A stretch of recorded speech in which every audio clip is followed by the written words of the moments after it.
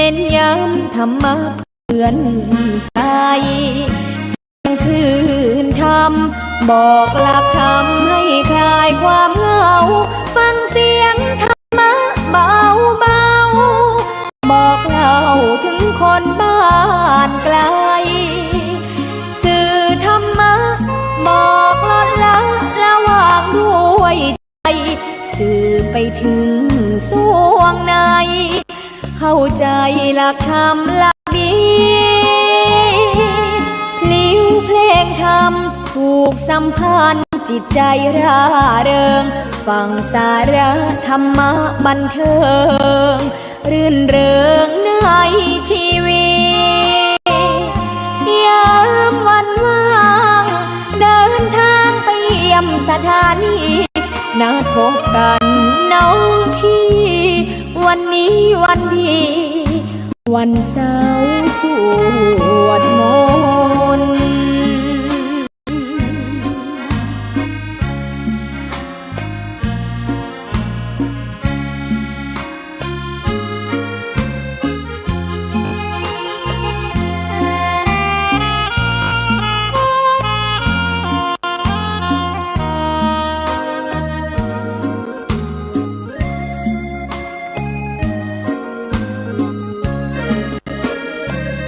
เสียงคลื่นธรรมบอกหลักธรรมให้คลายความเหงาฟังเสียงธรรมะเบาเบาบอกเล่าถึงคนบ้านไกลสื่อธรรมะบอกลดละระหว่างด้วยใจสื่อไปถึงสวงในเข้าใจหลักธรรมหลักดีพลิ้วเพลงธรรมถูกสัมพันธ์จิตใจร่าเริงฟังสาระธรรมะบันเทิงรื่นเริงในชีวิตยามวันว่างเดินทางไปเยี่ยมสถานีนัดพบกันน้องพี่วันนี้วันดีวันเสาร์สวดมนต์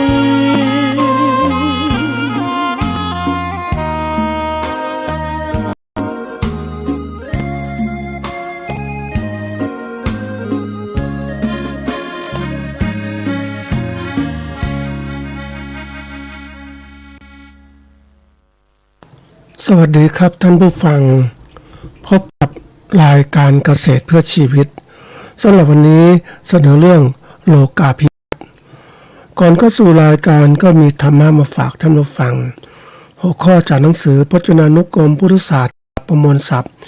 เรียบเรียงโดยเทพเวทีประยุทธ์ประยุทธ์โตมหาจุฬาลงกรณราชวิทยาลัยพิมพ์เผยแพร่ปี2533หัวข้อธรรมะวันนี้คือรัฐบาลละคำว่ารัฐบาลละหรือรัฐบาลนะเป็นชื่อของพระมหาสาวกองค์หนึ่งเป็นบุตรแห่งตระกูลหัวหน้าในทุลโกธิตนิคมในแคว้นกุรุตรับฟังธรรมพระพุทธเจ้าและมีความเลื่อมใสในพระพุทธศาสนามากลาบิดามารดาบวชแต่ไม่ได้รับอนุญาตท่านเสียใจและอดอาหารจะได้ตายไปเสียบิดามารดาจึงอนุญาตให้บวชท่านออกบวชแล้วไม่นานก็ได้สำเร็จเป็นพระอรหันต์ได้รับยกย่องว่าเป็นเอกคตะในทางบวชด้วยศรัทธาคือความเลื่อมใสนะทีนี้พระรัตบาลเนี่ยท่านได้ฟังธรรมอะไรบ้างจากผู้เจ้าที่ท่านบวชเนี่ยก็ฟังธรรมที่บอกธรรมอุเทศ4คือธรรมบทที่ว่าด้วย4ข้อที่พระเจ้าทรงแสดงนะคือ 1. โลกอันชรานำเข้าไปไม่ยั่งยืน 2. โลกไม่มีผู้ต้านทานไม่ให้เป็นใหญ่เฉพาะตน 3. โลกไม่มีอะไรเป็นของตนจำต้องละทิ้งทั้งปวงไป 4. โลกพร่องอยู่เป็นนิดไม่รู้จักอิ่มเป็นทาสแห่งตัณหาอันนี้ธรรมอุเทศ4ข้อที่ทำให้พระรัตปาละนั้นบวชนะด้วยความฟังธรรมเหล่านี้ทีนี้ในเรื่องตรงนี้ก็มีข้อคิดที่เกิดขึ้นว่าพระเจ้าโกรพยะทรงทูลถามว่าบางพวกประสบความเสื่อมแล้วจึงออกบวชคือ1ความเสื่อมชำเลือมเพราะชรา2ความเสื่อมเพราะเจ็บไข้3ความเสื่อมเพราะโภคทรัพย์4ความเสื่อมเพราะจากญาติอันนี้คือทำให้คนบวชมันเราจะดูว่าบวชเนี่ยมีทั้ง2อย่างคือศรัทธาจริงๆกับบวชที่พบความเสื่อมแล้วจึงไปบวชนะทีนี้เราได้ไปดูว่าจริงๆแล้วเนี่ยนะเขาเรียกว่าบทสรุปของพระรัตปาละเถระสอนให้เห็นว่าความมั่งคั่งอำนาจและความสุขทางโลกล้วนไม่เที่ยงไม่มีอะไรเป็นของตนและไม่สามารถพึ่งพิงใครได้ในที่สุดผู้มีปัญญาย่อมตั้งตนอยู่ในความไม่ประมาทเห็นโทษในกามและมองเห็นว่าปัญญาประเสริฐกว่าทรัพย์สมบัติเพราะปัญญาเท่านั้นที่นำไปสู่ความหลุดพ้นได้อันนี้ก็เป็นส่วนที่สรุปให้ท่านผู้ฟังทำไมถึงเป็นอย่างนี้แล้วก็เป็นสิ่งที่ต้องคิดท่านผู้ฟังว่าธรรมพระเจ้านั้นสอนเรื่องความจริงที่คนจะรู้ความจริงได้ก็ต้องปฏิบัตินั่นเองมันตัดประจักษ์แจ้งแก่ใจคิดไปเนี่ยนะทีนี้วันนี้ก็เข้าสู่รายการของเราคือเกษตรเพื่อชีวิตเรื่องที่จะพัฒนาให้ท่านได้คิดถึงเขาเรียกว่ามองโลกที่ชัดเจนมากขึ้นวันนี้จะพูดถึงเรื่องโลกาภิวัตน์นะโลกาภิวัตน์นี่นะเป็นสิ่งที่เรียกว่าหลายคนนะก็คงได้ฟังมาแล้วแต่ว่าวันนี้จะมาเล่าให้ลึกซึ้งเลยว่าโลกาภิวัตน์มันเป็นยังไง มันสำคัญอย่างไรนะมันเกิดขึ้นตรงเราต้องเรียนรู้โลกาภิวัตน์มันพัฒนาอยู่ตลอดเวลาจากอดีตเป็นต้นมานี่แหละนี่โลกาภิวัตน์เนี่ยมันดูความหมายที่ก่อนนะโลกาภิวัตน์หรือภาษาอังกฤษ globalization คือกระบวนการที่โลกเชื่อมโยงและพึ่งพากันมากขึ้นในด้านต่างๆนะได้แก่เศรษฐกิจนะการค้าการลงทุนและการผลิตข้ามพรมแดนสินค้าเงินทุนแล้วก็เทคโนโลยีแรงงานต่างๆเคลื่อนย้ายได้ง่ายขึ้นอันที่2เทคโนโลยีและการสื่อสารเนี่ยนะมีส่วนสำคัญคืออินเทอร์เน็ตและเทคโนโลยีดิจิตอลได้ทำให้ข้อมูลความรู้เผยแพร่ไปทั่วโลกอย่างรวดเร็วนะอันที่3เนี่ยวัฒนธรรมค่านิยมรูปแบบการใช้ชีวิตและวัฒนธรรมบริโภคแพร่หลายข้ามประเทศเช่นอาหารภาพยนตร์แฟชั่นเป็นยุคที่เรียกว่าบริโภคนิยมมากขึ้นนะเพราะความเจริญเนี่ยมันเข้า4การเมืองและสังคมประเทศต่างๆร่วมมือกันผ่านองค์กรระหว่างประเทศเช่น WHO องค์กรสหประชาชาติแล้วก็ข้อตกลงการค้าเสรีที่เข้ามาแทรกแซงผลกระทบเหล่านี้มันมีผลกระทบคือมันเกิดขึ้นเพราะว่าคนมามองเนี่ยมันผลคือว่าเทคโนโลยีเศรษฐกิจเนี่ยมันก็เริ่มการแข่งขันรุนแรงมากขึ้นนะธุรกิจขนาดเล็กอาจจะได้รับผลกระทบอยู่ไม่ได้ธุรกิจที่เติบโตช้าสู้กับธุรกิจที่เติบโตเร็วไม่ได้อันที่2เทคโนโลยีต่างๆเนี่ยมันความรู้ต่างๆพัฒนาไปไกลมากโดยเฉพาะอย่างยิ่งที่โลกของความเจริญก้าวหน้าทางอินเทอร์เน็ต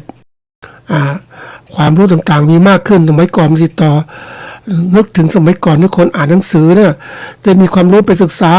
และอ่านความรู้มีหนังสืออ่านซื้อหนังสืออ่านเดี๋ยวนี้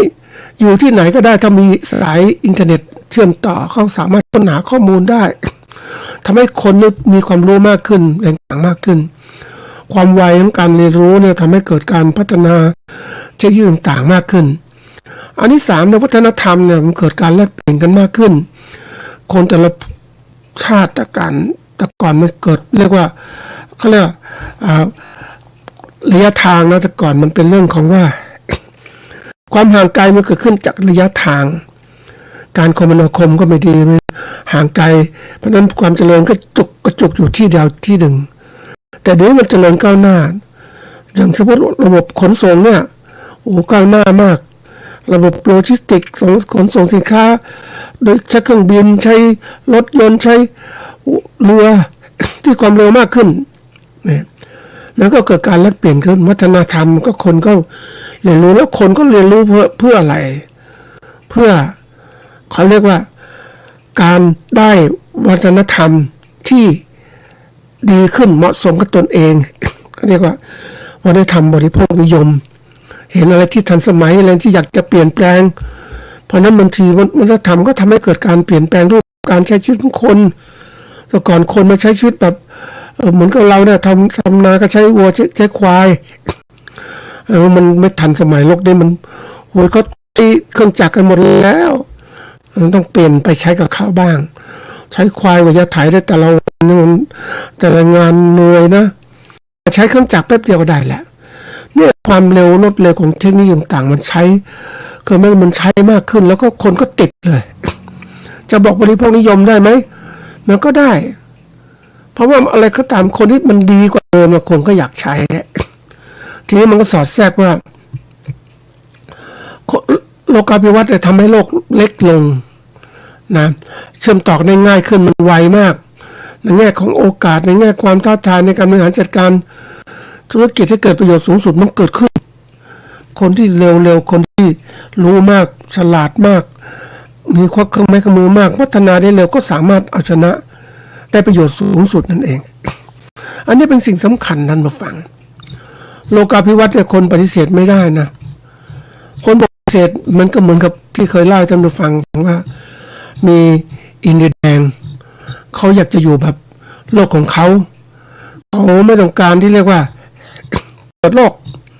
เขาอยู่ในป่าเขาของเขานะอยู่อย่างนั้นนะ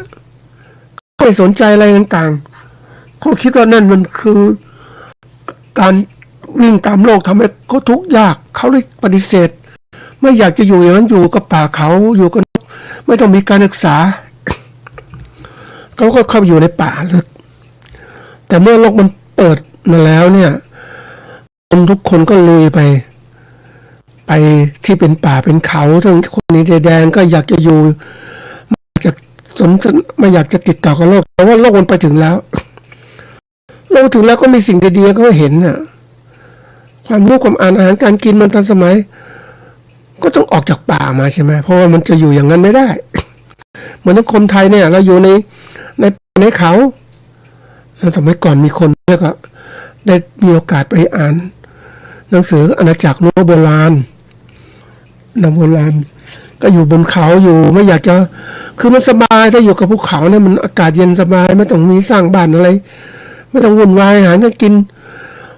เหมือนวันนี้มันยุ่งวุ่นวายท่านผู้ฟังโอ้อยู่ในโลกสังคมต้องมีนู่นมีนี่ใช้สมาร์ทโฟน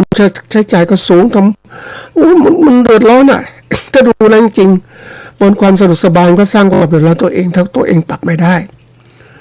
ทีนี้คนล้วนเนี่ยเขาก็มีคนก็แบ่งแยกเป็น2 กลุ่มหนึ่งก็เมื่อภัยพิบัติมาปุ๊บก็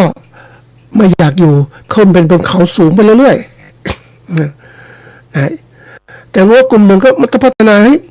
เรื่องอะไรอยู่ก็อยู่ไปอยู่นี่พัฒนาไปกับความที่มันคนที่เข้ามา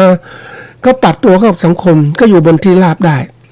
แต่รู้คนโบราณก็ขึ้นไปอยู่บนเขาสูงสุดจะไปไหนล่ะท่านผู้ฟังคือเราปฏิเสธไม่ได้ในเรื่องของตรงนี้เพราะฉะนั้นในเรื่องของตัวว่าผลกระทบที่เกิดขึ้นเนี่ยในโลกของที่เรียกว่าโลกาภิวัตน์มันหยุดไม่ได้คนมันยิ่งมีเขาเรียกอะไรมันได้เสพได้เสพสุขมีเศรษฐกิจที่ดีมีเทคโนโลยีการศึกษาที่ดีวัฒนธรรมที่ดีบริโภคนิยมอะไรต่างเสื้อผ้าใหม่ๆแฟชั่นสูงแล้วก็เมืองที่ทันสมัยมันเป็นมนุษย์เป็นสัตว์สังคมท่านผู้ฟังอยู่เมืองต้องมีส่วนมีสิทธิ์ต่างๆจะแยกไปอยู่ในป่าในเขามันไม่ได้นะอันนี้เป็นเรื่องจริงนะท่านผู้ฟัง บางทีนึกถึงโครงการที่พัฒนาคนให้อยู่บนสภาพบนภูเขาอะไรต่างๆเนี่ยมันพัฒนาได้ยากเพราะอะไรให้เขาอยู่อย่างนั้นเขาอยู่ได้แต่ระดับหนึ่งแต่เมื่อมันเปลี่ยนน่ะเขาต้องมาปรับตัวเข้ากับสังคม เบื้องล่างคนส่วนใหญ่เป็นยังไงมันค่านิยมมันเปลี่ยนนะท่านผู้ฟังคนเราอยากเห็นความเจริญใช่ไหมเห็นนู่นเห็นนี่เห็นความสะดวกสบายเพราะนั้นก็เราปรับเพราะนั้นมันไปช่วยบนที่สูงมันไม่ได้นานเราเด็กพักมันจะเปลี่ยนเพราะคนมันเปลี่ยนวันหนึ่งเคยไปขึ้นดู ไปบนที่สูงคนนี้สบายจริงๆของเขานั่นแหละอยู่กับสบายแต่มันความสบายเหล่านั้นมันสบายตามธรรมชาติสบายธรรมชาติที่มนุษย์ถูกกรอบความธรรมชาติครอบคลุมครอบงำตรงความคิดก็อยู่อย่างนั้น แต่เมื่อไรก็ตามกรอบธรรมชาติถูกทำลายเพราะความเจริญเข้าไปป่าไม้ที่เคยร่มรื่นสบาย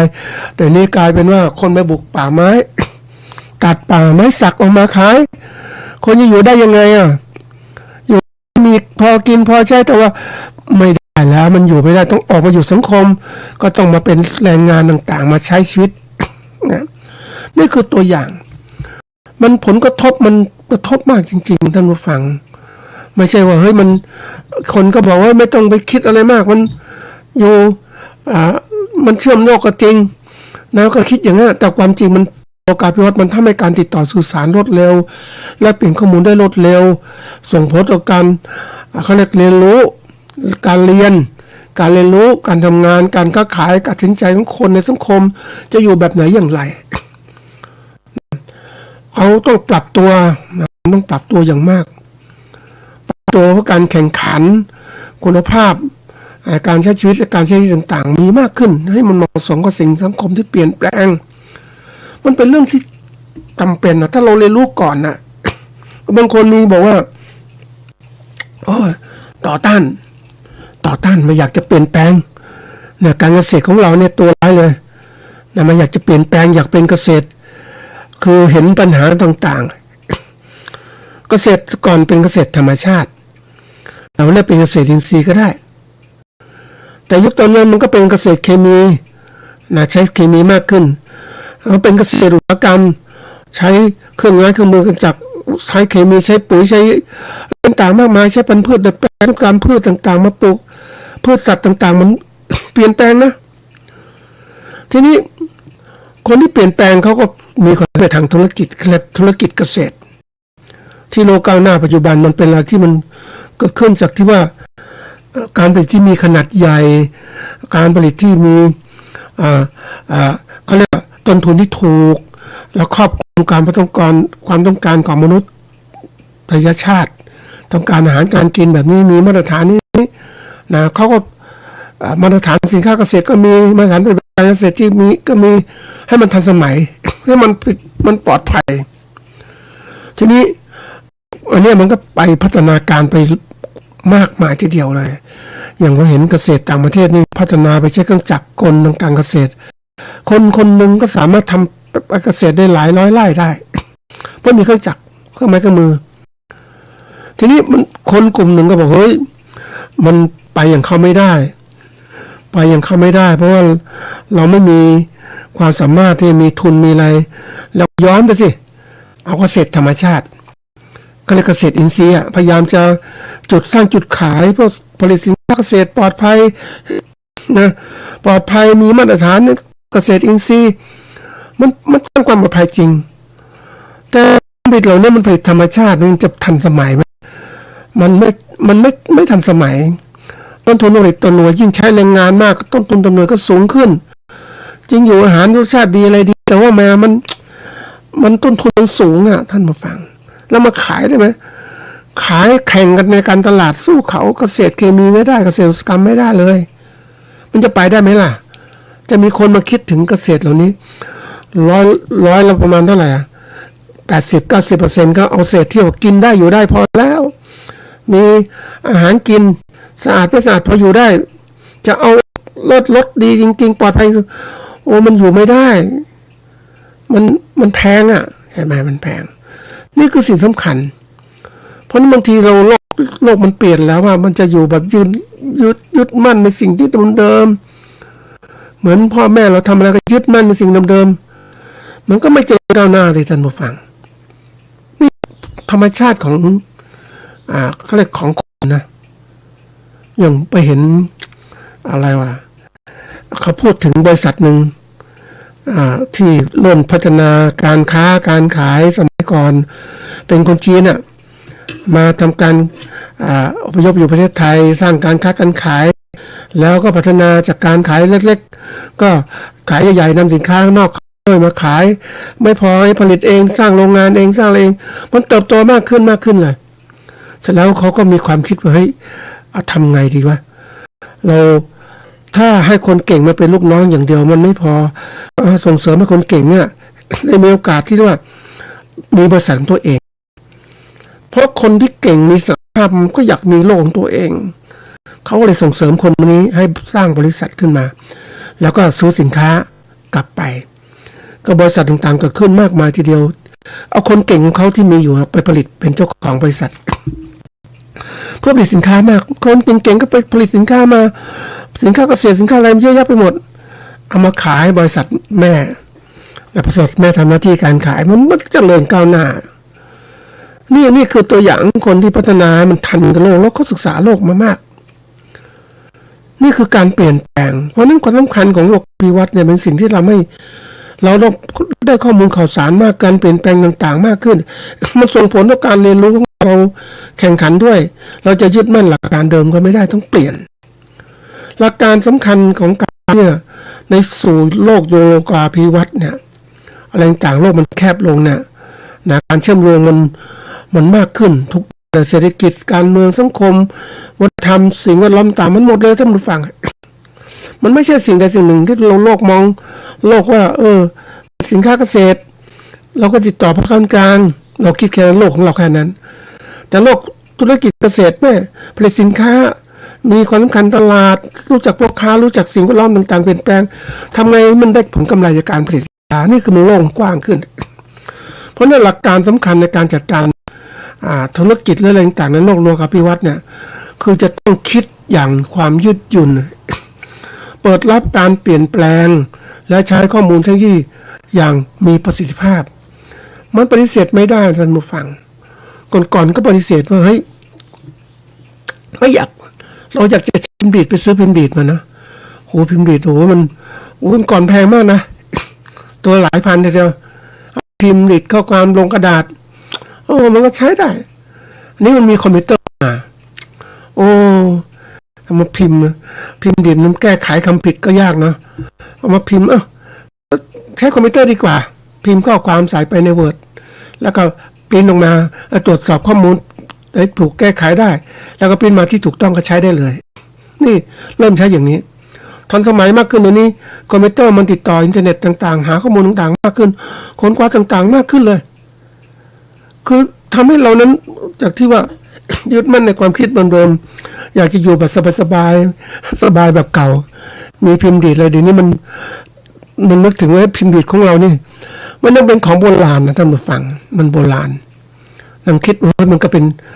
มันเริ่มพัฒนาอย่างนั้นทุกอย่างมันเปลี่ยนแปลงมันยึดมั่นถือมั่นเหมือนคอมพิวเตอร์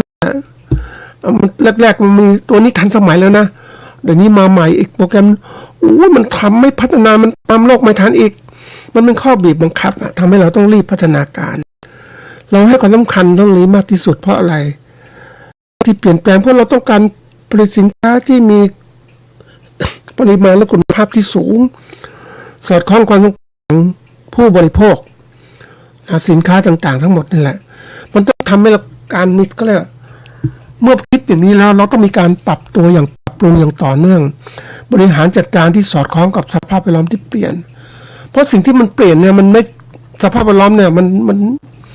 คนมองมันก็รอบตัวเราอะส่วนใหญ่คนจะมองธรรมชาตินะป่าไม้ภูชุมชนภูเขาอย่างเงี้ยแต่เดี๋ยวนี้นะการสิ่งแวดล้อมของเรามันไม่ใช่คือสิ่งแวดล้อมเนี่ยก็คือรอบตัวเราเลยทุกอย่างเดี๋ยวนี้อยู่อากาศร้อนก็ไม่ได้ต้องติดแอร์มีพัดลมต่างๆนะเครื่องมือขนส่งต่างๆมันเปลี่ยน คนรอบๆเราก็เปลี่ยนป่าไม้ก็ไม่ค่อยมีมันร้อนนู่นนี่มันแล้วทุกอย่างแล้วประเทศอื่นๆมันก็เข้ามานะมันสิ่งแวดล้อมเปลี่ยนนะคนบางคนบอกเฮ้ยอันนี้มันก็นึกถึงไม่ได้นะนึกถึงเหมือนกันนะท่านผู้ฟังสิ่งแวดล้อมเนี่ยบางทีประเทศไทยนะ อย่างนู้นก็ไปพัทยาภูเก็ตพูดภาษาอังกฤษเก่งนะก็คนเข้ามาเที่ยวใช่ไหมคนมาเที่ยวปุ๊บก็สิ่งแวดล้อมก็เปลี่ยนใช่ไหมพูดภาษาอังกฤษกันหมดเลยที่ไหนแม่ค้าก็พูดภาษาอังกฤษได้ซื้อของมันรู้สึกมันเปลี่ยนเหมือนต่างประเทศนั่นแหละเนี่ยคือตัวอย่างเราเปลี่ยนแล้วต้องจะอยู่รอดได้ เราพูดไม่ได้ขายสินค้าไม่ได้อยู่ได้ยังไงนี่คือตัวอย่างโค้ดต้องเปลี่ยนเพราะนั้นเรื่องของการที่เราต้องเรียนรู้โลกสิ่งแวดล้อมเป็นสิ่งสำคัญนะท่านผู้ฟังเพราะว่าเราจะได้ข้อมูลข่าวสารเทคโนโลยีต่างๆที่มันสอดคล้องกับอนาคตนะนี่ข้อมูลข่าวสารมันมีมากท่านผู้ฟังมันมีมากมันเยอะมากเดี๋ยวนี้มันเยอะจริงๆนะเราต้องพยายามคัดกรองข้อมูลนะจัดระบบเลือกข้อมูลไหนที่ดีเอามาใช้ประโยชน์เพราะข้อมูลมันมีมากมันก็มีขยะมากคือสิ่งไม่ดีมีมากเหมือนกับคนเราต้องฟังคนก่อนไม่เคยคิดถึงขยะเหมือนกันนะคนเนี่ยสร้างขยะสร้างมลภาวะสร้างสิ่งเจริญก้าวหน้าก็มีแต่เราต้องเลือกบางคนเนี่ยมันตัวบางทีเป็นสิ่งแวดล้อมที่ทำให้เราต้องปรับตัวสิ่งแวดล้อมที่เราอยู่คนเร็วเนี่ยมันจะพาเราไปเร็วอยู่คนมันจะเขาจะพาเราไปดีเราต้องปรับตัวเรียนรู้เพื่อจะเอาเลือกจะแบบไหนอย่างไรถ้าเราเป็นองค์กรเราก็พยายามที่จะต้องเน้นวิธีการควบคุมคุณภาพทำงานเป็นระบบปรับปรุงอย่างต่อเนื่องบริหารสู่การเปลี่ยนแปลงที่มันมีแบบแผนเราในโลกยุคใหม่มันมีแผนนะเราอยากจะเปลี่ยนแปลงอะไรมันต้องคิดอย่างนี้เพราะนั้นบางทีบอกว่าเฮ้ยเราไม่เปลี่ยนเราขออยู่อย่างเงี้ยเรื่องความคิดของคนโบราณพวกเจนเอ็กซ์ไอนู่นหรือคนกว่าเบบี้บูมเมอร์เนี่ยนะยุคก่อนๆที่แบบหลังสงครามโลกแล้วมันก็ช่วงนึงแต่นี้มันปลายแล้วมันโลกมันเจริญก้าวหน้าเพราะนั้นเราต้องเรียนรู้สิ่งแวดล้อมต่างๆมากขึ้นมันนำมาสู่แผนในการพัฒนาการของเราสรุปสั้นๆโลกาภิวัตน์คือโลกเชื่อมถึงกันอย่างรวดเร็วในทุกด้านความสำคัญเนี่ยในโลกาภิวัตน์มันทำให้เราต้องเกิดการแข่งขันการปรับตัวอย่างเร็วมากเลยมันเร็วกว่าเดิมนะท่านผู้ฟังยังนึกถึงตรงนี้มันนะเราไม่เปลี่ยนไม่ได้อันหลักการก็คือมันต้องเราเองก็อยู่ในโลกเลยต้องมีความยืดหยุ่นใช้ข้อมูลเทคนิคที่ทันสมัยมันเร็วขึ้นวิธีการเนี่ยเราเรียนรู้โลกกว้างขวางอย่างไรก็ต้องมีคัดกรองข้อมูลจัดระบบปรับปรุงอย่างต่อเนื่องในโลกที่กว้างขวางเนี่ยมันต้องคิดนี้มากนะท่านผู้ฟังมันไม่เหมือนเดิมนะดูแล้วมันจากที่ผ่านมาในไปวัยที่เรียกว่าหลังจากเป็นรุ่นก่อนเจน X เจน Y เนี่ยนะเราก็มีความคิดอย่างหนึ่งเห็นโลกนั้นมันอยู่ธรรมดาธรรมชาติ เหมือนแต่ก่อนไปที่ไหนภูเขามันสูงอากาศเย็นสบายนะก็เป็นธรรมชาติอย่างนั้นแหละแต่เดี๋ยวนี้มันไม่เป็นอย่างนั้นแล้วโลกมันเปลี่ยนนะป่าไม้ถูกทำลายเยอะมากนะเยอะมากจริงๆท่านผู้ฟังจะบอกว่าใครไปดูแลป่าไม้ก็กรมป่าไม้แต่ทำไมป่าไม้ถูกทำลายอย่างเนี้ยกรมป่าไม้ก็มีเจ้าหน้าที่แค่นี้นี่ไปสักคนบุกป่าขนาดไหนบุกป่าทำป่าแล้วป่าไม้จะคุมไหวไหมไม่ไหวเป็นสิ่งที่เกิดขึ้นนี่ความเปลี่ยนแปลงมันขึ้นมันโลกมันเปลี่ยนนะมาฟังไม่เหมือนเดิมเพราะนั้นเราอยู่บนโลกการเปลี่ยนแปลงเนี่ยเราต้องเรียนรู้สิ่งที่เปลี่ยนแปลงว่ามันจะเป็นอย่างไรนะอย่างที่บอกว่าเอาละเราเรียนรู้นะที่บอกว่าโลกาภิวัตน์อะไรสำคัญอย่างไรหลักการวิธีการจัดการไงที่เราก็มาดูความคิดต่างๆเรานำข้อมูลคือตัวอย่างการจัดการข้อมูลข่าวสารในโลกาภิ ทัศน์เนี่ยไปใช้ในชีวิตประจำของเรา คือการใช้ข้อมูลอย่างทุกอย่างเนี่ยข้อมูลเข้ามาเนี่ยเราต้องมีการรับข้อมูลการกรองข้อมูลการตรวจสอบข้อมูลการเก็บข้อมูลที่ดีๆและการใช้ข้อมูลนี่การรับเนี่ยมันรับได้ทุกอย่างตอนนี้มันรับ เรารับข้อมูลมากนะคนบางคนเนี่ยถ้าพูดถึงตามหลักนะท่านผู้ฟังพวกของวัยรุ่นนะวัยการศึกษารับข้อมูลมากโดยเฉพาะสมาร์ทโฟนรับไลน์รับข้อมูลดู Facebook ดูไลน์ดู YouTube ต่างๆบางคนเป็นผู้ที่มีการศึกษามองอนาคตดีก็ต้องใส่ใจการศึกษาอ่านข้อมูลค้นคว้าข้อมูลทางอินเทอร์เน็ตอ่านตำราต่างๆฟังวิทยุที่ดีๆที่ทันสมัยข้อมูลเดี๋ยวนี้คนไม่ก็ฟังวิทยุนะนั่นมาฟังเพราะอะไรรู้ไหมเขามองคนเราเนี่ยเขาบอกมีคำหนึ่งเขาพูดว่าเราต้องมองหาประโยชน์มองหาไปได้แล้วรีบจัดการให้มันเกิดประโยชน์โดยเร็วที่สุดมันจะเกิดประโยชน์ต่อตนเองทีนี้คนเขามีความคิดอย่างนี้ท่านผู้ฟังอะไรแล้วก็จะเป็นมองประโยชน์นี่ถ้ามองรายการมันไม่มีประโยชน์ไม่ไปฟังหาอะไรจนทันสมัยที่มีประโยชน์ทีนี้คนบางคนมองไม่เป็นก็มีบางสิ่งบางอย่างที่ไม่มีประโยชน์ก็นั่งดูมันเหมือนดูโทรทัศน์ดูซีรีส์ผ่านออนไลน์ดูนั่นแหละทดลองเล่นๆท่านผู้ฟังดูมันไปมันเป็นไงนะภาพยนตร์ต่างๆละครต่างๆมันเพลิดเพลินมันหล่อล้อมแต่ว่ามันถ้าเราไม่ไหวนะคือไม่ปรับตัวให้ทันกับสิ่งต่างๆเราจะหลงไหลลื่นล่อนไปกับสิ่งกระแสโลกมันพาไปเลยไม่ได้มีโอกาสมองอะไรที่มีคุณค่าเลยแต่ได้คุยกับคนอายุ90ท่านผู้ฟังแบบได้ก็คิดดีมากนะอายุ90เป็นอาจารย์เรียนรู้โลกมาเยอะดูภาพยนตร์มาเยอะพอแล้วตอนหลังๆไม่ดูไม่ฟังวิทยุไม่ดูภาพยนตร์ไม่ดูอะไรก็ถามว่าทำไมอาจารย์ไม่ดูภาพยนตร์ล่ะคำพูดของอาจารย์ก็บอกว่าโอ้ยมันก็เหมือนเดิมนั่นแหละไม่มีอะไรมีเพลงนางเอกนะอาจจะมาเจอกันมีนางร้ายมีอะไรที่สุดก็แต่งงานกันจบมีแค่เนี้ยถ้าพูดถึงง่ายๆนะท่านผู้ฟังชีวิตไม่มีอะไรมีเกิดขึ้นตั้งอยู่แล้วดับง่ายๆแค่เนี้ยแล้วเราทำไมต้องไปดูมันมากมายดูแค่พอรู้พอเข้าใจแล้วหลักการปุ๊บเราได้มาแล้วเรื่องอะไรไปตามมาอีกเราไม่ได้เก็บรายละเอียดเราเก็บหลักๆไว้เพราะรายละเอียดมันเยอะมากเพราะนั้นข้อมูลเนี่ยมันเยอะมากตอนนี้มันเข้ามาเนี่ยเราอยากเป็นนักธุรกิจอยากอะไรก็ดูโดยเฉพาะอย่างนี้รายการวิทยุเราเนี่ยก็รู้สึกว่าคนอาจจะไม่ใส่ใจเรื่องการเกษตรก็เพราะว่ามองเห็นประโยชน์ได้น้อยแต่ถ้าคนไวๆท่านผู้ฟังท่านรู้นะการเกษตรถ้าเราคุมได้ทั้งระบบนะท่านผู้ฟังมันจะโอ้โหมันดีมากๆเลยรวย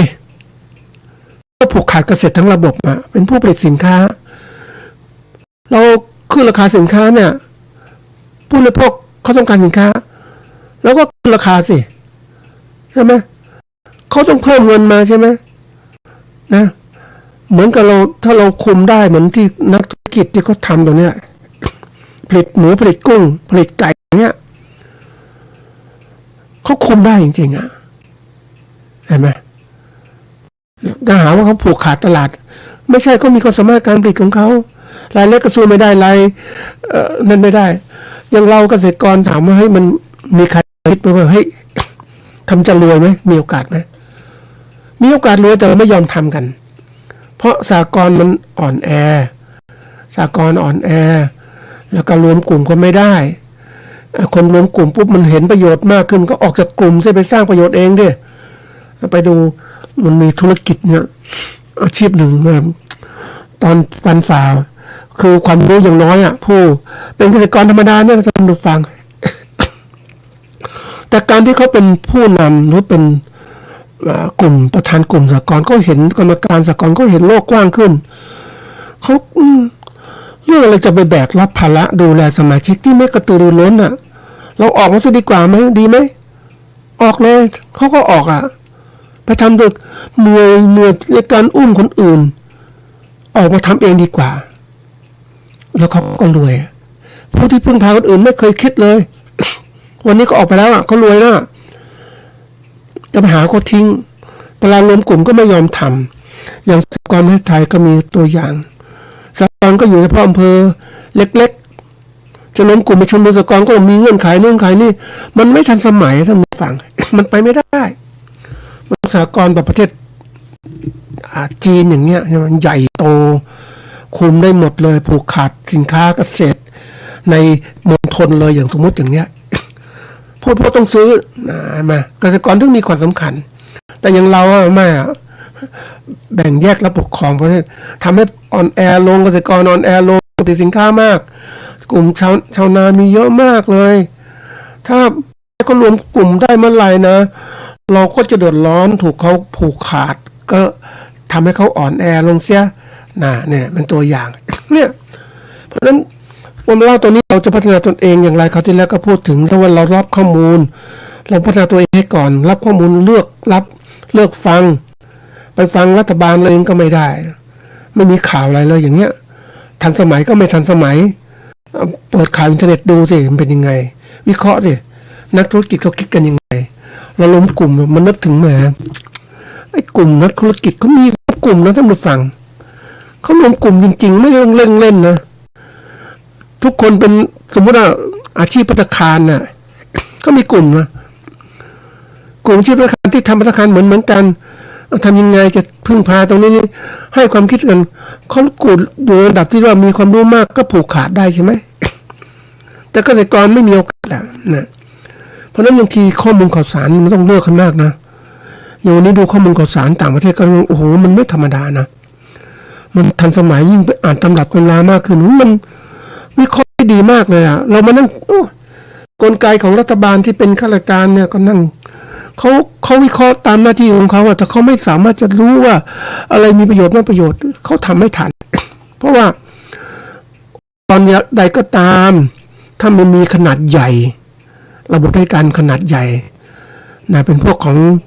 เขาเรียกอะไรนะช้างเคลื่อนที่ช้าอะไรก็ช้า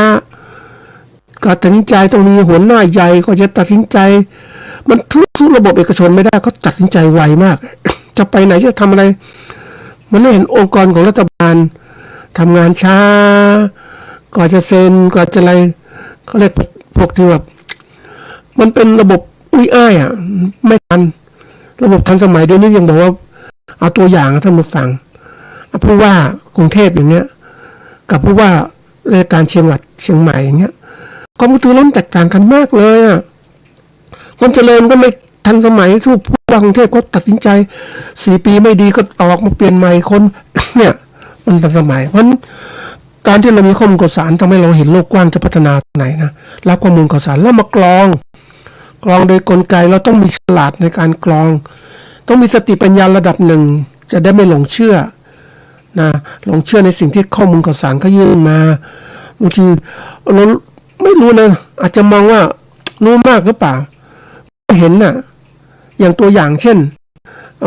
เขามาบอกให้เกษตรกรทำอาชีพอย่างนี้นะทำปลูกผักปลูกพืชอย่างนี้ปลูกนี่ดีปลูกยางพาราดีปลูกนู่นคือเขามาส่งเสริมให้ทำหมดเลยมันดีมันดีแต่ก็ให้ข้อมูลครบไหมไม่ครบเห็นไหมนี่ต้องกรองอย่าไปเชื่อมากๆมันดูให้มันชัดแล้วก็ตรวจสอบข้อมูลโดยการที่เราต้องมีสติปัญญาด้วยดูว่ามันเป็นไงมันชัดไหมมันไงเก็บข้อมูลมาตรวจสอบดูอะไรที่ดีคนเชื่ออะไรไม่ดีก็ทิ้งไปแล้วเอาข้อมูลที่ดีๆมาใช้ คนเราต้องฝึกนะท่านผู้ฟังฝึกในการรับรู้ข้อมูลเอามาใช้เอาข้อมูลไหนมาใช้เราจะเห็นว่ามันผิดมันถูกอย่างไรแล้วก็จำไว้อย่าไปเชื่อมากอย่าไปเชื่ออะไรต่างๆดูมันชัดเจนเราต้องมีสติปัญญารู้ต่อทันในสิ่งต่างๆได้ต้องฝึกนี่ถ้าเราไม่ฝึกเราเป็นคนเชื่อง่ายมันก็เลยกลายเป็นว่าเชื่อไปเขามาบอกยังไงเชื่อผู้นำมีคำพูดคำหนึ่งว่าเชื่อผู้นำชาติพ้นภัยทีนี้ถ้าผู้นำมันเป็นผู้นำที่ไม่ดีมันก็พาชาติล้ม ชิบหายไปอย่างนี้ทำยังไงนะมันต้องคิดอย่างเนี้ยเราต้องรู้อ่ะไม่ใช่เชื่อคนเดี๋ยวนี้มันนักนะมันต้องคิดมากนะมาฟังนึกถึงในแง่ของการที่เราเลือกพ่อแม่ครูบาอาจารย์นะเราต้องเลือกให้มันชัดสงฆ์สาวกของพระเจ้าองค์ใดนะปฏิบัติดีปฏิบัติชอบปฏิบัติธรรมก็ออกจากทุกข์แล้วนะปฏิบัติดีสมควรแล้วเนี่ยนั่นคือสงฆ์สาวกทีนี้เรามีสติปัญญารู้เท่าทันตรงนี้ปุ๊บเราก็สามารถมองสงฆ์สาวกของเจ้าได้ องค์ไหนเป็นสงฆ์แท้องค์ไม่แท้นะแต่เชื่อไม่ของแท้ๆต้องดูฟังคำพูดของพ่อแม่ครูบาอาจารย์นึกถึงเนี่ยนะพูดตรงนี้แล้วเนี่ยไม่มีการโฆษณาไม่มีอะไรท่านเงียบท่านปฏิบัติดูเป็นตัวอย่างท่านปฏิบัติอย่างไรท่านเทศอย่างไรใช่ไหมคำสอนสั้นๆท่านมีความคิดท่านดูการรักษาศีลการปฏิบัติธรรมของท่านเป็นยังไงมันปฏิปทาสำคัญมากเลยแต่ในนี้คนไม่มีสติปัญญามองไม่ออกปุ๊บก็หลงก็สิเจอพระแบบนี้เนี่ยนะยิ่งบางทีพระใช้สื่อมากๆเนี่ยบางทีใช้สื่อไว้โฆษณาตนเองนะท่านผู้ฟังนำอนุนี้แต่ว่าไม่มีอย่างนึกถึงคำพูดของพ่อแม่ครูบาอาจารย์ท่านผู้ฟัง ท่านจะไม่คำพูดคำหนึ่งท่านบอกว่าท่านจะไม่เทศท่านจะเทศต่อเมื่อพ่อแม่ยังไม่อยู่แล้วก็จะเทศให้เป็นที่อบรมสั่งสอนคนแต่เมื่อพ่อแม่ครูบาอาจารย์อยู่ท่านก็ให้พ่อแม่ครูบาอาจารย์แสดงธรรมหมดเลย ท่านไม่คือเก็บตัวท่านผู้ฟังเพราะฉะนั้นความที่ว่าท่านรู้จักอะไรต่างๆแต่โลกทุกนี้เป็นโลกของข้อมูลข่าวสารคนก็แสดงตัวกันมากมายแต่เราต้องเป็นคนพวกเราต้องปฏิบัตินะปฏิบัติให้มันดีปฏิบัติดีปฏิบัติถูกทางปุ๊บก็จะสามารถรู้สิ่งดีได้เพราะเราปฏิบัติมาแล้วอะใช่ไหมอันนี้ตัวสำคัญต้องฝึกในโลกของข้อมูลข่าวสารในนี้ต้องฝากนิดหนึ่งว่าเราเองจะต้องพยายามที่ต้องเรียนรู้ให้มากขึ้นอย่าไปคิดว่าคนนี้พูดดีคนนี้สอนดีโอ้รัฐบาลนี้ดีนะถ้าคนมองไม่ออกปุ๊บที่ไหนได้หลงเชื่อเขาเพราะไม่มีสติปัญญาเรียกสติปัญญาอ่อนแอก็เชื่อฟังง่ายต่างๆแต่เราต้องอ่านสติปัญญารู้คนเป็นยังไงมีนโยบายยังไงอันนี้พูดตรงนี้เป็นการฝึกนะฝึกให้ท่านเป็นนักการเมืองเวลาดูนักการเมืองมาพูดเนี่ยนโยบายเขาดีนโยบายกำหนดคือสิ่งที่กำหนดขึ้นว่าจะทำอะไรไม่ทำอะไรดูเขาเป็นแต่เวลาเขาเป็นปุ๊บเขาเปลี่ยนต่างๆไหมเพราะไปรักษานโยบายเพียบคือคนที่โกหกเนี่ยก็จำไว้อย่ามันมีเรียกคนบางคนมีนิสัยหนึ่งคืออะไรเจ็บแล้วไม่จำไม่จำให้ที่มันเจ็บนะมันก็หลงระเริงไปกับสิ่งเขาปรับตัวแล้วอะไรแล้วเอาไม่ได้ท่านผู้ฟังจำไว้เสมอมนุษย์ถ้ามันได้เป็นมนุษย์ยังเป็นปุถุชนอยู่เนี่ยต้องอย่าไปเชื่อเด็ดขาดถ้าเป็นกาเรชนระยะชนโอเคน่าจะเลื่อนระดับความเชื่อมากขึ้นแต่ปุถุชนนั้นต้องดูให้ลึกๆท่านผู้ฟังอย่างน้อยมีศีลไหมศีลมีธรรมไม่ใช่แสดงออกนะต้องดูสังเกตให้เป็นนะนี่ตัวอย่างนะการที่เราต้องฝึกตัวอย่างชีวิตเวลาประจำวันในโลกทุกมุมข้อมูลข่าวสารโลกอภิวัตน์เราจะต้องถืออะไรตัวอย่างใช้เนี่ยเขาบอกก่อนซื้อสินค้าออนไลน์อาจจะต้องเปรียบเทียบราคาอ่านรีวิวตรวจสอบร้านค้าเช็คความน่าเชื่อถือก่อนจ่ายเงินปกติสมัยก่อนเนี่ยเราซื้อสินค้าตามร้านต่างๆนะรู้ซื้อไปคือสินค้าที่ส่วนใหญ่ขายก็ผู้ค้าเขาก็ประกันเขาคิดอย่างนั้นแต่เดี๋ยวนี้มีประกันก็ตามอย.มีไหมฉลากมีไหมแล้วมันมีต้องดูให้หมดนะยังไปเจอสินค้าเกษตรท่านผู้ฟังที่ขายโฆษณาดีมากโอ้เป็นสินค้าอินทรีย์เกษตรอินทรีย์ผ่านตรงนี้โอ้ไม่มีดูแล้วสะอาดมากท่านผู้ฟังไม่มีแมลงกินสักตัวเดียวพืชผักมันสะอาดแต่ดูลึก สินค้าอื่นเนี่ยมีแมลงกินมีอะไรกินใช่ไหมเราดูให้มันดีแมลงกินอะไรกินคือเขาไม่ได้ใช้สารเคมีอ่ะพวกที่ไม่ใช้สารเคมีบางคนก็ต้องปลูกผักในโรงเรือนนะแต่นี่มันสะอาดอย่างนี้ต้องระมัดระวังแหละมันใช้อินทรีย์หรือเปล่าใช่ไหมเราต้องมีสติปัญญานึกถึงเกษตรกรที่ผลิตพืชผักมาขายอ่ะที่เขาผลิตก็กินนะสำหรับฝั่งเขาไม่ใช่ยาฆ่าแมลงกินเขาก็กินนะเขายังกินได้เพราะว่ามันแมลงกินได้เม็ดเขาก็กินเม็ดตายแต่เราเนี่ยแม้ต้องสะอาดนี่เขาผลิตสินค้าพวกนี้ไอ้พวกสะอาดต่างๆก็ฉีดยาไปเต็มที่เลยเพราะว่าไม่ฉีดเนี่ยโอ้สารแมลงจะกินหมดเพราะว่าปลูกในที่ป่าที่อะไรต่างๆเนี่ยแมลงก็เป็นสัตว์มันหากินอาหารเมื่อมันกินพืชผักที่งามทีนี้พืชผักงามๆนี่ก็ต้องมีต้องฉีดยาฆ่าแมลงไว้อย่างเงี้ยตัวอย่างนี่ตัวอย่างซื้อสินค้าจากทั่วไปต้องตรวจสอบนะตรวจสอบคุณภาพราคานี่ออนไลน์เนี่ยต้องดูมันเราไม่เห็นสินค้าเราดูออนไลน์เนี่ยเดี๋ยวนี้มันทันสมัยเดี๋ยวนี้การค้าออนไลน์เนี่ยมันเป็นกลไกใหม่ในการที่มาตลาดเพราะคนเบื่อสินค้าที่ขายตามห้างตามอะไรต่างมันในร้านค้าต่างๆมันแพงอ่ะออนไลน์มันจุดขายคือราคาถูกคุณภาพดีไม่ดีต้องตรวจสอบเนี่ยตรวจสอบนะทีนี้เรื่องของซื้อสินค้าต้องฉลาดขึ้นเรื่องข้อมูลข่าวสารเหมือนกันเราจะส่วนใหญ่คนก็มักจะอ่านข้อมูลข่าวสารให้ดีก็ส่งแชร์ไปต่างๆทีนี้มันข่าวสารบางอย่างมันไม่มันอะไรอ่ะมันไม่ถูกต้องนะมันมีคนที่มันทั้งตลกทั้งอะไรต่างๆในสมัยก่อนก็คือตอนโควิดมาใหม่ๆท่านผู้ฟังก็นึกถึงเราก็มองภาพพจน์ว่าต่างประเทศคนต่างประเทศมันคงจะฉลาดมากกว่าคนในพื้นที่เรานะพอเขาอยู่ในความเจริญทีนี้เขาพูดถึงเขาเอาอะไรป้องกันไม่เป็นโควิดเขาก็เอาเม็ดกระเทียมไปใส่จมูกของเขานะมันฆ่าเชื้อนะฆ่าเชื้อได้เข้าไปอย่างนั้นน่ะนะมันเป็นเรื่องของว่าถ้าเราเสพปุ๊บไม่มีสติปัญญามันน่าจะจริงนะเพราะว่ามันก็ฆ่าเชื้อระดับหนึ่งแล้วเอาใช้อย่างเขาสิแต่ที่ไหนได้ศึกษาไปให้มันกลัวนี่ว่า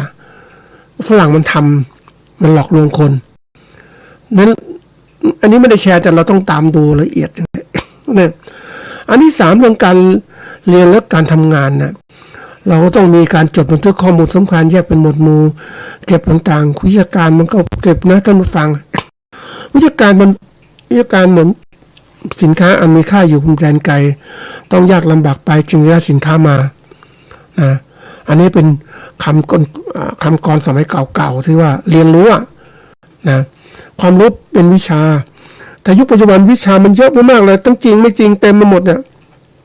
เราก็ต้องแยกก่อนจดเรื่องถัดมาเรื่องของครอบครัวของเราเรื่องการเงินการครอบครัวเนี่ยเงินครอบครัวเนี่ยเราต้องฝึกเราจะจับจ่ายใช้สอยแบบเดิมๆเหมือนคนเก่าๆยุคที่มีอะไรต่างๆมันได้มาก็ใช้ไปจริงๆนะท่านผู้ฟังครอบครัวเกษตรกรเก่าๆเนี่ยได้มาก็ใช้ไปเก็บเท่านั้นไม่ละเอียดแต่ยุคปัจจุบันต้องละเอียดต้องมีการทำบัญชีรายรับรายจ่ายใช้เงินอย่างพอประมาณการเงินมีการเงินสำรองนะอย่างที่บอกว่าเขาบอกว่ามีสอนเรื่องการใช้เงินมาเนี่ยแบ่งเป็น4ส่วน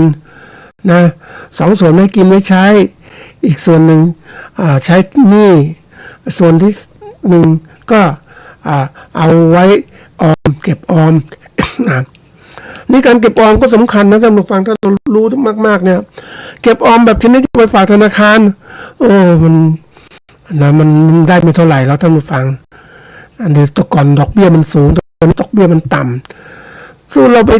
เอามาไปลงทุนทำเรื่องหุ้นอะไรต่างๆหรือว่าไปซื้อที่ดินซื้อทรัพย์สินมันออมไปอีกแบบนึงใช่ไหมมันได้เงินนะได้เงินมากจริงๆนะไม่ได้เชื่อมันกันว่าให้ก็เอาเงินไปซื้อที่ท่านผู้ฟังซื้อที่ 4-5 ปีมันขึ้นเป็นเท่าตัวเห็นไหมแต่เราฝากธนาคารเนี่ยตอนนี้ก็ต้องออมให้ถูกทางนะ เรื่องถัดมาคือเรื่องของสุขภาพ ต้องแหล่งข้อมูลสุขภาพสำคัญนะท่านผู้ฟังเลือกอ่านข้อมูลสุขภาพจากแหล่งที่เชื่อถือได้ไม่มีโฆษณาเกินจริงเนี่ยเดี๋ยวนี้คนกำลังตระหนักเรื่องของข้อมูล มากมายเป็นห่วงสุขภาพตัวเองบางคนก็ขายอะไรสินค้าสุขภาพโฆษณาตัวนี้ดีดีนะ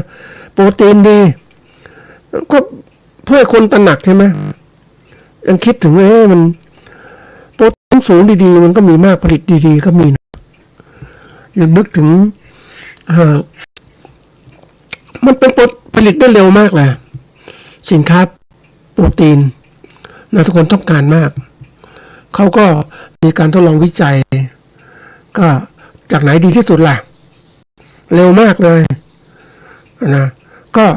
จากเลี้ยงหนอนแมลงวันนะมันจะเติบโตได้เร็วกินอาหารสะอาดแล้วเติบโตเลยพวกเราจะขายก็ทำสะอาดเพราะเขาเลี้ยงสะอาดควบคุมแล้วก็ฟิชได้มาป่นมาเป็นอาหารโปรตีนที่ดีคือต่อไปเนี่ยสุขภาพของคนสำคัญคนต้องดูเลือกอาหารต่างๆให้ชัดเจนดูแลนะทีนี้ข้อมูลมันเรื่องสำคัญเดี๋ยวนี้โฆษณามากนะเราต้องดูเพราะฉะนั้นที่เราง่ายๆในโลกเนี่ยก็บอกว่าการวิธีคิดง่ายๆว่าทุกครั้งว่าเจอข้อมูลใหม่ๆให้